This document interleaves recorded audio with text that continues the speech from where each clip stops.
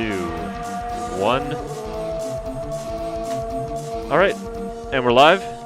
Tyler, just you and me this time, bud. Just me and you. Shake your. Well, I was just on vacation. Yeah, enjoying. He's taking his turn. I think he said he was working. I'm not sure. Yeah. Anyways, he won't be joining us for this episode. This is episode number 23. And I'm actually quite glad that, the Formula One and all the teams got to decide to do all the driver market and signings before we recorded this episode today. Yeah, they kept busy during the summer break, which is nice. At least F1 didn't really go away too much. Of course, 3 weeks off is a lot of time off. You can kind of start to forget about the sport if nothing really happens, and, well, a lot happened. Let's just say that. Yeah, especially this week. Even last week when we were kind of doing our news and rumor show just to get back in the swing of things, there was a couple things here and there, but there wasn't anything concrete and confirmed yet.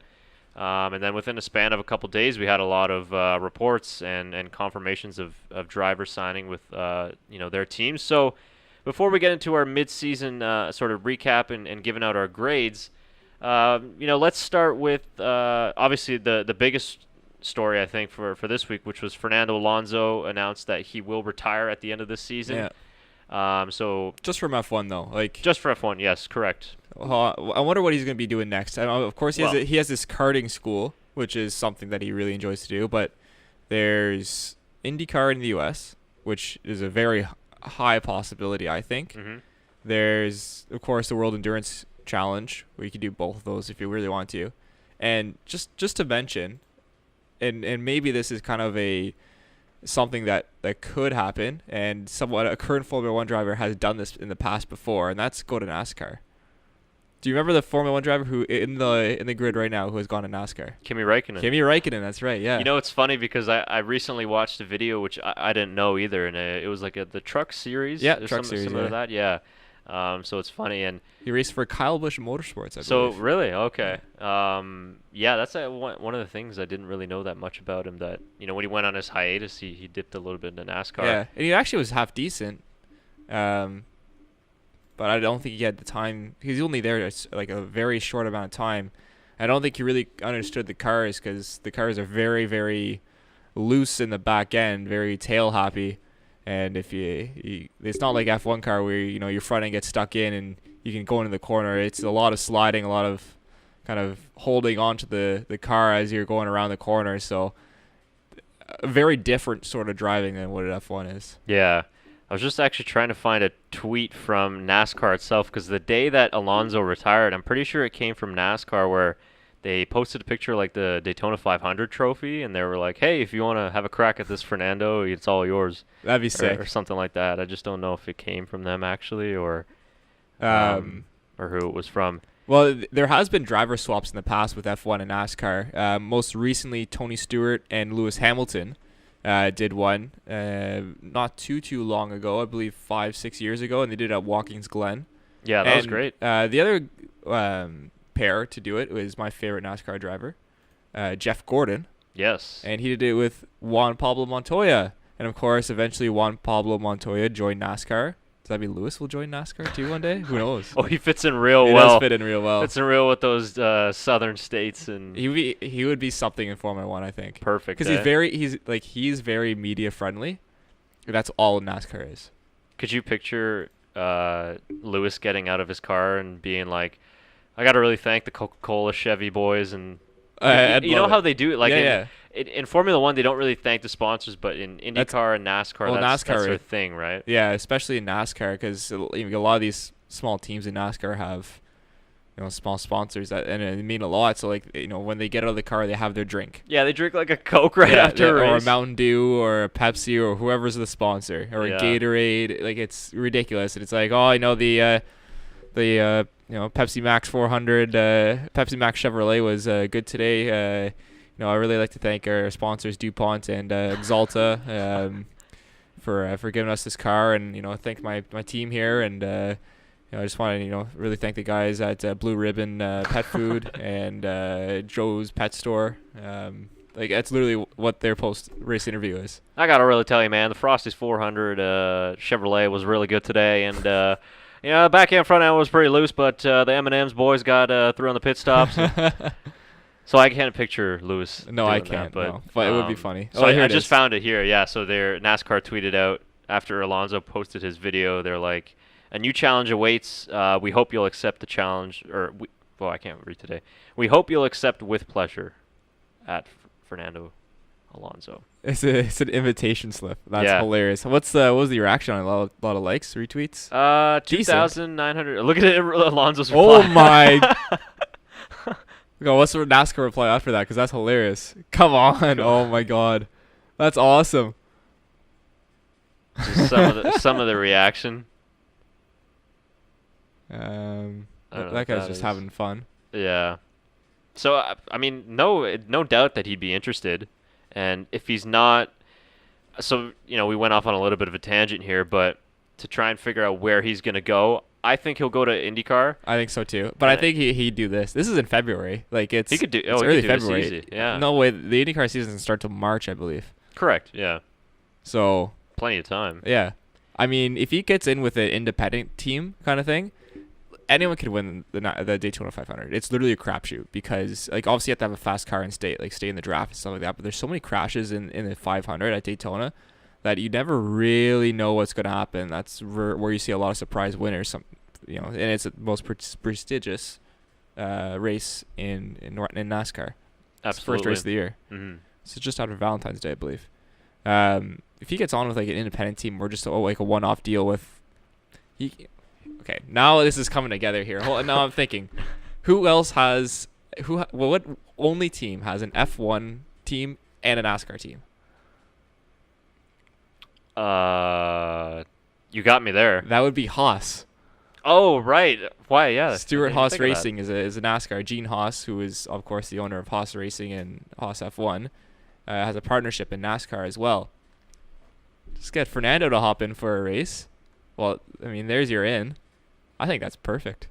Yeah, I didn't even think of that. Yeah, it's a good point. They race Chevys. Hopefully, Fernando's a Chevy fan. Yeah. That's it. Well, he's right? not under contract with. There's Chevys, Fords, and Toyota. Toyota. Really? Toyota, Okay. Yeah. It's definitely I think a possibility. I know like this year, for example, he did the Daytona 24 hours, but that's like end of January. So if he, let's say, wants to do that again, it's good practice. Yeah, good, exactly. A lot of big race car drivers do that just to start the season. Right. But yeah, so whether he's going to be sort of a free agent in terms of the drivers market, where he'll just drive wherever he wants, doing anything he wants, I think that for me anyway, he'll go to IndyCar. And we actually kind of, I don't want to say like we broke this on the show, but a couple of episodes ago, I'd found that Michael Andretti said that if Fernando wants to do IndyCar, that they need to have a decision by before August 19th. And so right now we're at August. Well, it's August 18th. August 18th. Is it? Or sorry, August 17th. 17th. That's at before the time August of this 19th. recording. Yeah, so when the news came out, it was way before anyway, right? So the timing sort of fits together. IndyCar's slowly wrapping up their season, so plenty of time to figure out, whether McLaren are going to have a team in IndyCar next year. Well, it'd be under Honda though, so they Correct. won't have a team. Well, it'd be either Honda or Chevrolet. Yeah, those are the only two engine manufacturers and aero package manufacturers. The weird thing about IndyCar, for those of you who don't watch, is that there's only two types of aero packages, and there's the Chevy aero package, and there's the Honda aero package. And you can only run those two aero packages, and they're very, very similar. There's so many regulations to it. It's the same with NASCAR. Every car has to look the same and have the only real thing you're allowed to change on NASCAR is the front grille, and that's it. Mm-hmm. So like there's not as much competitive advantage as there is in Formula One, where you can change anything you want on the car for the most part. Which is why I think Alonso will probably like IndyCar. Well, anyone can win on any day. It's really just in terms of how your setup is and how fast your engine is. Yeah. And of course, teams with better resources have better cars. For sure. But I mean, we've seen in the past seasons or so, like those one of the newer teams that I forget what the team name is, but Sebastian Bourdais was driving for them.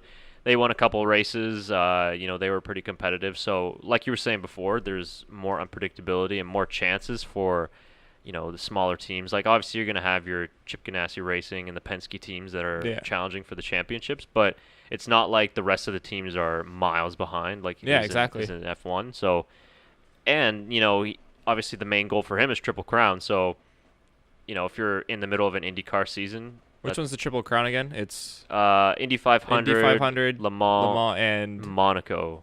Well, has he won Monaco? Yeah, he must. Yeah, have. I think twice. Okay, so and he's won. Should have the Daytona 500 in there. That should be one. Yeah, you could. I mean, it's make whatever the quadruple crown. Quadruple Crown, yeah. But that 500 is so hard. Or wait, no, sorry. Let me just double check because I want to say it's actually. I don't think World NASCAR's Champion in there as well, but I'm not sure. I feel like World Champion's in there. No, Oh. not horses. Motorsport. Forgot I guess, about yeah. that. Triple Crown of Motorsport. Here we go. Graham Hill. He's the only one to do it. Yeah, okay, so it is Indy 500, 24-hour Le Mans, and the Monaco Grand Prix. So he's got 2 out of 3. Graham Hill's Triple Crown. Juan Pablo Montoya and Fernando Alonso only ones who won 2 out of 3. Juan Pablo's won. Indy and Monaco. Has he won Monaco? Won Monaco? I believe he did, yeah. Let's fact check. Because I feel like Le Mans is easier. Like, no offense to World Endurance Championship, I feel like Le Mans is the easiest to win out of all those. And I know it's 24 hours and anything can happen, but if you're a big driver, you'll sign with the massive Audi team. Right. No? Or the massive Porsche team, whoever it is. Yeah, or Toyota, for example, this year. Okay, let's see. Where can we... You know what? This will be easier to just... Bear with us here, folks. We just want to make sure that this is correct. I'm pretty sure that it was that he won Monaco as well. Okay. Where is it? What is this? Oh, yeah, here it is. Winning for him. Formula yeah, career winning 2003 Monaco Grand Prix. Yeah. Okay. So that And- is confirmed. And what did he win the 500 or did he win Le Mans? 500. Oh, he did? 500 champ, 2000. He's going to be the next one to do it. Yeah. There's like 100% he'll be, if he wants to drive. I think World you're Endurance. right. Like, he'd be more likely to do it at Le Mans than Le Mans would be at the Indy 500. For sure. Like, the Indy 500 is probably the hardest to win out. Well, no doubt the hardest to win out of all 3 of those. I think Monaco's the hardest one to win all those. Really? Because you Because have your to get car? an F1 driver. You have to get a big F1 team to sign you. True. Where like Le Mans is just they'll be like, oh yeah, you come in, and we want you. And Indy, they always like big stars coming in. Mm-hmm. Monaco, I think, is the hardest one to win out of all those. That's a fair point because it's a little difficult to Could overtake, you right? imagine So Juan Pablo Montoya being the second driver to win a Triple Crown? Oh my! he's a great driver. I'm hurting thinking. Really? That.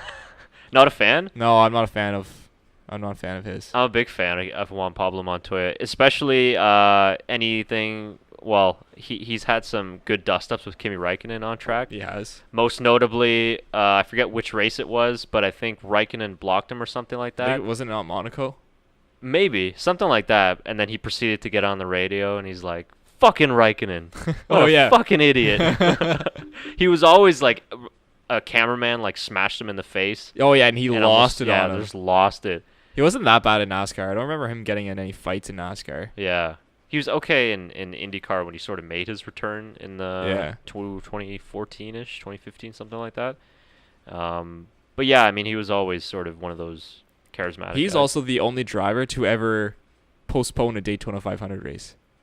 Really? Like, he crashed into what's called a jet dryer. That's basically a jet engine Oh, on the back of yeah. a pickup truck. Can we pull up the crash?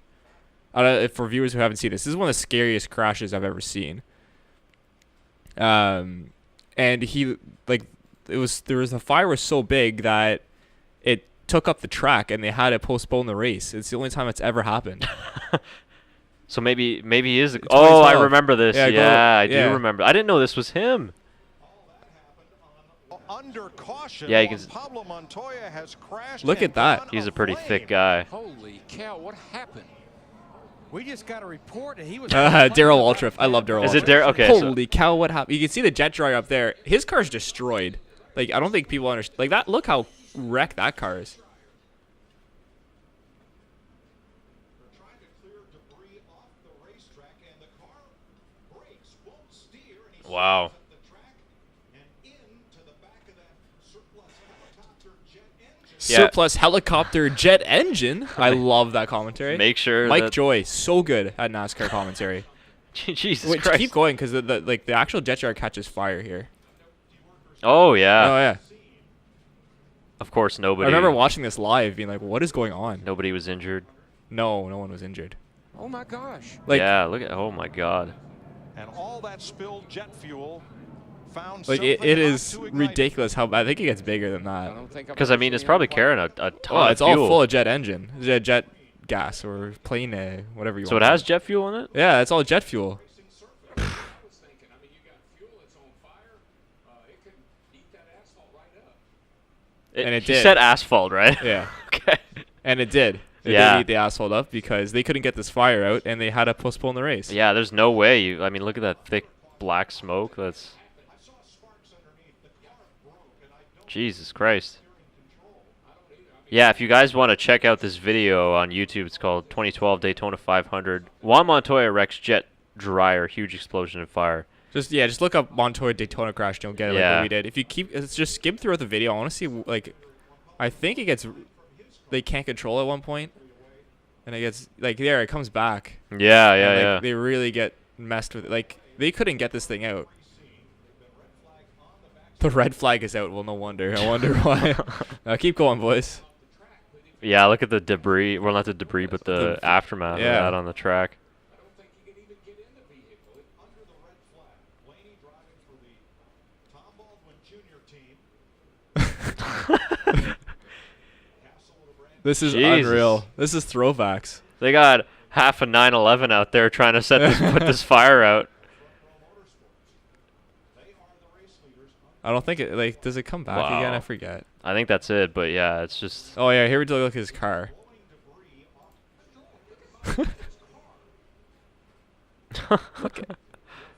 Like Wow. Like there's nothing left of that car. Just gone. Yeah, that number 42. Sponsored by Target. Nice going, Montoya. Most bizarre thing I've ever seen. The safety truck flashing its lights. Yeah, he just lost it. Like something broke. Around he goes. That must be. Imagine like his thinking in that scenario. Like, oh my god. Yeah, yeah. Whew. All right. Anyways, enough of Juan. That's a lot of Juan Pablo Montoya. Yeah, talk. we went down the Montoya rabbit hole. Yeah, we did. Of yeah, that happens though. Happens all the Do you want to time. get back on track? And I found. I don't this- even know where we started. Me either, but I'm gonna go insert segue to this terrible segue. Okay, final. Just so you know, Oh yeah, Alonso's going to IndyCar. You heard it here first. yeah, Go tell your friends. and possibly the Daytona 500. that's right. What else you got? All right, hilarious article on the F1 website today, the 17th it is, and it's called "The Driver Market: Who Will Fill the Final Seats for the 2019 Grid." I'm just gonna run you through all the teams and the rumors and what like the actual F1 site is having as rumors. Yeah, 'Cause I'm some pulling of- it up myself here as well, so I can follow along. Yeah, some of them are hilarious. So for Red Bull, this is the only realistic one. Confirmed Max Verstappen. Candidates for a second seat. The only one there is Pierre Gasly. I think it's an obvious choice that Pierre Gasly is going to be coming up, unless like Brendan Hartley wins a race at some point, which won't happen. yeah. So Red you're Bull, gonna- Red Bull's boring. That's fine. Ferrari, of course, confirmed is Seb Vettel, and then Kimi Räikkönen and Charles Leclerc. Okay, we can understand that as well. Yeah, we've heard that for quite a few months now. Yeah, which makes sense, and depending on what Kimi does, is when we'll see either Charles come up or he doesn't. Of course, Mercedes isn't on here. They have their two drivers for next year. Right. So, Toro Rosso confirmed none, which is, again, normal. Candidates Brendan Hartley, Pierre Gasly, and Dan Ticktum. Who the hell is that? I don't know who Dan Ticktum is. I feel like we should do some research on him. Does it say down there who Dan Ticktum? They could turn Dan Ticktum, who is part of Red Bull's junior program. Okay. Yeah. Ticktum So, could be the next in line to begin his career with the Italian team. I think that's it. Okay. not much. Not much about him on a site, at least. Well, and it changed now too. I mean, we didn't really. Obviously, with Gasly being the rumored one to move over, we kind Well, of forget that opens the space up for Toro Rosso. Toro Rosso. But the question is, are they gonna keep Hartley as well, or are they gonna make a double I think switch? they will. They probably will, but it's up for debate. I think. Haas confirmed none yet, of course. And then candidates K-Mag, Grosjean, Charles Leclerc, who I think is actually, that's the more likely option in my mind, and Sergio Perez. Leclerc. I think it'll be Haas, Magnussen Leclerc next year for Haas. I didn't even think of that, but that's an interesting one. But it is a Ferrari Right. B team in a sense. Yeah. Like half. Yeah, I mean, Haas is a step up from Sauber at Yeah. least. But I mean, He could get a podium next year. he could, yeah, because I mean, Haas has made a step forward this season. Yeah. So they probably would make another step for next season as well.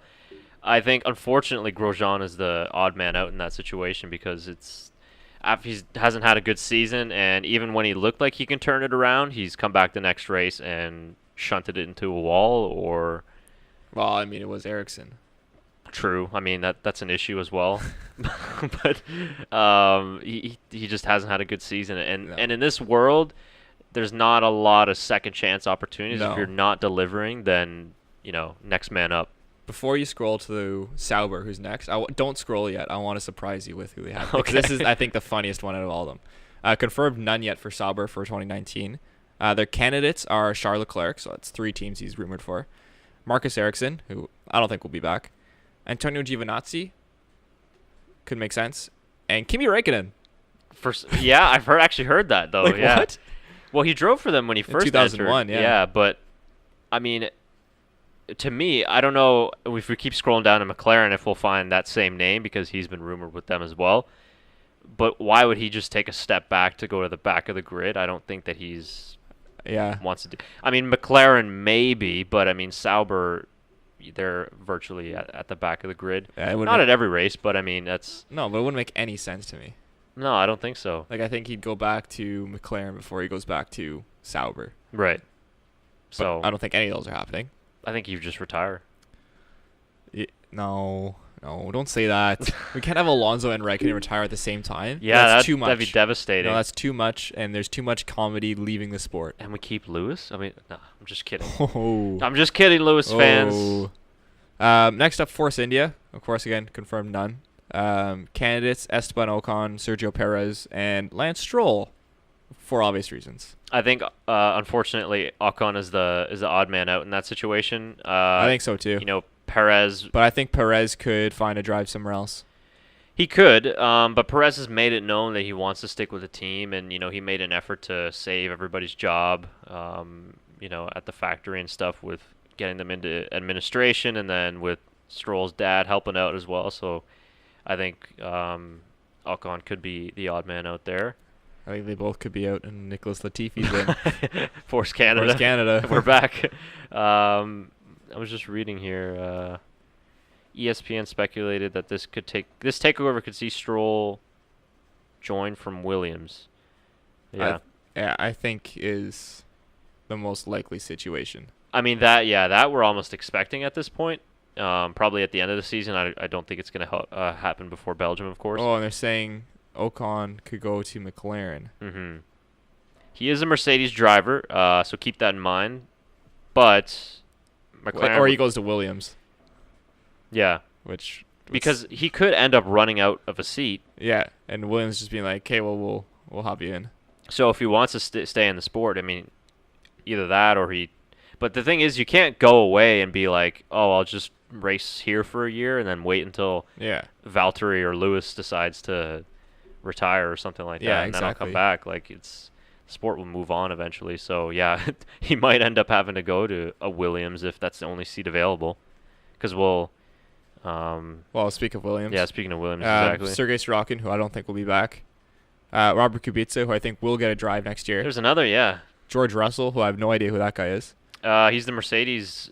I don't know if he's a reserve driver, but he's done a lot of free practice with Mercedes. Okay. Or the testing, sorry. And Lance Stroll, which won't happen. I think the only way Sergei's back, Sergei Sorokin, that is if Williams is still in need of that financial support that he gets them from all of his sponsors' money. He has a lot of sponsor money? Supposedly. That's why he sort of was favored to get the seat anyway, going into the 2018 season. All the Russian Kvyat. But Kubica should get the seat. I mean, Kubica should get the seat, I think. He's been quicker almost any time that he's been in a free practice or the testing. Kubica and Ocon? Like that's a pretty good driver lineup for Williams. Now they just need a decent car. Which they have their rebuild program, so maybe they could. Yeah. Last on the list is McLaren. Of course, Carlos Sainz confirmed, and candidates Stoffel, who I don't know will come back. Lando Norris, I don't know, highly rated F2 driver, pictured below. It's a matter of when, apparently. And Esteban Ocon. Could you imagine Ocon going to McLaren? Notice the name out there is Kimi Räikkönen. Yeah, although he was rumored for McLaren. Yeah, he was. Actually rumored earlier in the year, but another, like, this is at this point, like I said, all we're just hearing is rumors. Another rumor is that Räikkönen has agreed to a 2-year deal with Ferrari. So, but again, it's unconfirmed. It's just rumors. Just rumors at this point, yeah. But McLaren opened up a lot with Fernando's decision. Do you bring back Van Dorn? Well, I don't think so. last year was good for him. This year, not so much. It's been pretty horrid this year, and we'll get into our grades soon. Yeah, we right kind of after veered this. off. We did a full driver market update, though, so you guys are all covered in that. I guess the last part of the big piece of news this week was that Carlos Sainz will be joining McLaren. So what did you think of that initially? I found it a little bit interesting that he is a Red Bull driver, and Well, I don't think he is anymore. no, yeah, probably not anymore. But I mean, that vacancy was open at the big Red Bull team. Yeah, I think he was loaned this year, but I think that shows you that Red Bull are parting ways with Carlos Sainz and saying, you know what, we don't see you as part of our big future. They have all their money into Pierre Gasly. That's the only thing I can think of. That is what they're saying. Because I heard that there was possible, Red Bull is a bit worried that partnership with Sainz and Verstappen could be a little troublesome. Well, it wasn't Toro. Yeah, I think Sainz is a more than capable driver, certainly who deserves a drive at a team like Red Bull. He would be in direct competition, of course, with Verstappen, which is why Ricciardo left, because he didn't want to be the number 2. And I think it's why they didn't want Sainz there as well, because it'd be too much internal friction. So Gasly, which is probably the better choice because he's a young driver, I think probably easier to push around. Not at the level of Carlos Sainz, certainly not at the level of a guy like Daniel Ricciardo. So that really puts the entire team and the entire factory behind Verstappen to push the Dutchman to championship. Daniel Ricciardo's at Renault. I still can't get my head around that. It's so weird. He's moved on to the black and yellow. Yeah. It's so weird. It is weird. But there's another good There's part. a lot of shakeups. Is this year more shakeups than A lot.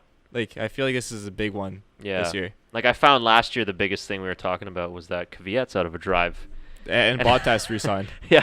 Oh, wow. Good for him. Yeah, we're like, wow. I mean, this is some news. But now it's, a lot of gaps and it's a lot of unconfirmed. Even the teams where we kind of think we know who's going to come back, we're not sure of. Like, we're not sure if Van Dorn's going to be back. We're not sure if Hartley will be back. So there's a lot of speculation. And will it be resolved before the end of the season? Maybe not. Maybe it'll just be something for the off season. But Who knows? things can start to shape up for sure.